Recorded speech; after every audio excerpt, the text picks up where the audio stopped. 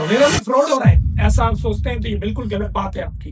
क्योंकि धोलेरा ने यहाँ के बहुत सारे किसानों को, यहाँ के बहुत सारे दलाल भाइयों को और पूरे हिंदुस्तान धोलेरा में आ रहा है और पूरी दुनिया धोलेरा में इन्वेस्टमेंट कर रही है।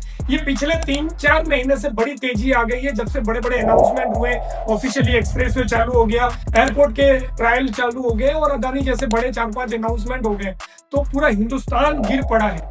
इसीलिए थोड़ी सी गड़बड़ हो रही है, पर ऐसे में आपको क्या चीजों का ध्यान रखना है, ये चीजें समझिए। सबसे पहले आप डील करने जाते हैं और आपको लगता है इसकी डील किसी और से चल रही है, तो उसको छोड़ दीजिए। दूसरा इंपॉर्टेंट, जिससे आप डील कर रहे हो, क्या प्रॉपर्टी कार्ड में 7/12 में उसका नाम है या उसका रजिस्टर्ड एग्रीमेंट है? यदि नहीं है तो उस जमीन को भी छोड़ दीजिए। तीसरा, जमीन एनए है तो टाइटल क्लियर है, 1951 से लेके अभी तक सब कुछ क्लियर है।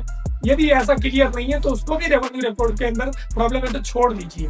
यदि ये 3-4 क्राइटेरिया रखोगे तो आप कहीं बेवकूफ नहीं बनोगे और आपकी डील परफेक्ट होगी। फिर आप भले एसआईआर के अंदर लें, फिर धोलेरा के अंदर लें या आउटर में कहीं भी लें, लोथल में लें, बस जिसका 7/12 प्रॉपर्टी कार्ड है उससे डील कीजिए, अकाउंट में पैसा डालिए, आपकी डील 100% कंप्लीट होगी। और लॉयर के पीछे खर्च कीजिए पैसा, क्योंकि टाइटल में जाइए तो लैंड में डिस्प्यूट जो भी होगा वो निकल जाएगा। एनए देख के ये खुश मत होइए कि टाइटल क्लियर है। हाँ, एनए एक नॉन एग्रीकल्चर का सर्टिफिकेट है, रेवेन्यू रिकॉर्ड का सर्टिफिकेट नहीं है।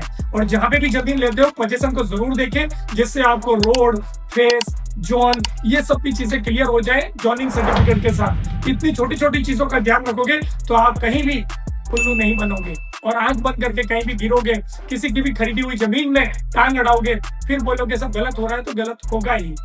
जय हिंद, जय भारत।